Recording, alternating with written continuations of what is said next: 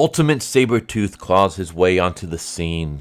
Mysteries of Ultimate Wolverine's past are revealed when a familiar face joins the fray. So yeah, this is Ultimate Wolverine issue number 5 from Marvel Comics. As you can guess by that solicitation as well as by this cover, this is a very Sabretooth heavy issue. And we actually start off the issue with Sabretooth. So Sabretooth owns a bar in Rasputingrad in the Eurasian Republic. And we see that the bar has just closed.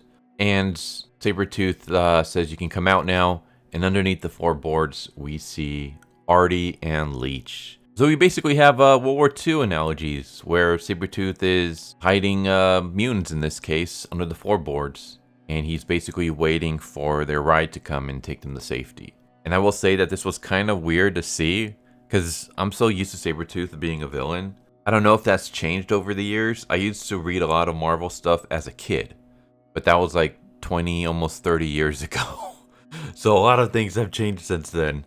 But I'm always used to seeing Sabretooth as just being really villainous. So seeing him actually trying to hide mutants under the floorboards and preparing soup for them so that they can eat on their long journey to safety, I was constantly expecting him at some point to turn against them and just start slaughtering them for some reason.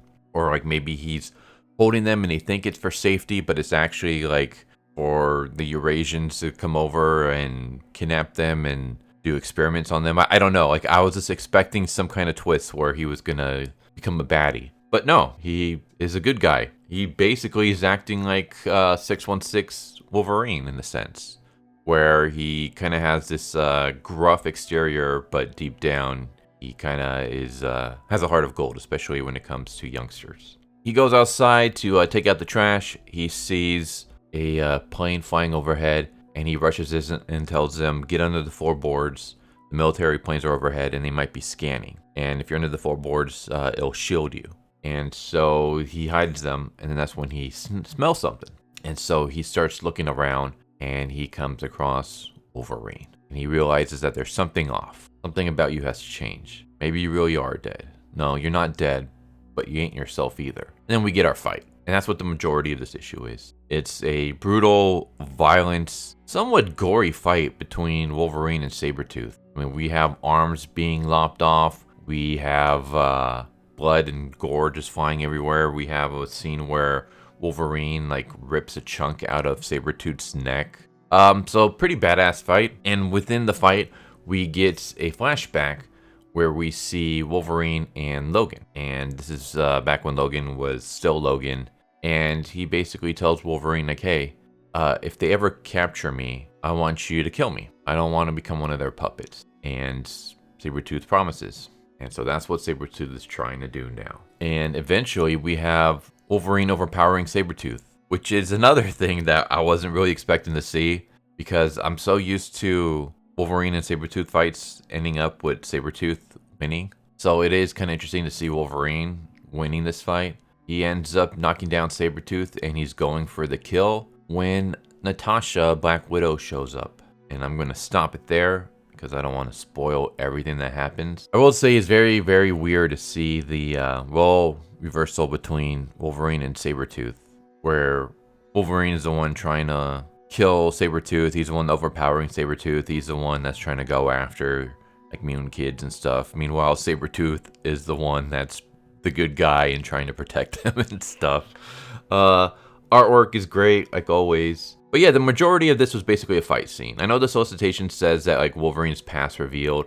That's kind of a lie. It's kind of hyperbolic because the only thing of his past that's revealed is that he worked alongside Sabretooth and that he asked Sabretooth to kill him if he ever became a puppet of the Eurasian Republic. That's not really much of a past being revealed. It's just one little scene. But yeah, we get to see a little bit of, I guess, his past. So the solicitation isn't a total lie, but it is highly overblown, which is something that I've noticed a lot of solicitations do. A lot of them even just straight up lie along with the covers, which begs the question of if that should be illegal or not. Because to me, it seems like false advertisement when you say something like this is what this issue is about, and then nothing in that solicitation happens in that issue. And then you have a cover and it's like nothing that's going on that cover actually happens within the issue itself. But that's a topic for another day, I guess. This was fun. I like this. It's kind of hard to do reviews for this because it's mostly just like a lot of fighting, which is cool. Like, I like my comics with my fighting, so I like reading this. It just makes it a bit harder for me to do reviews for it without just saying, yeah, there's a lot of fighting. It's a good issue. That's it. But yeah, there's a lot of fighting. It's a good issue, and that's it.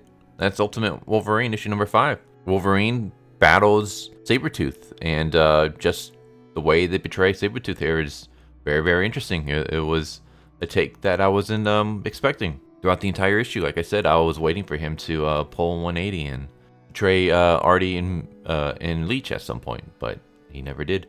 So I hope you enjoy the video, and I hope to see you next time. Take care. Later. Thank you for watching my video. I hope you enjoyed it. If you didn't, I still want to thank you for watching it this far, and I hope the next one is more to your liking. With that said, thank you once again, and I hope you guys and gals have a good one. Later.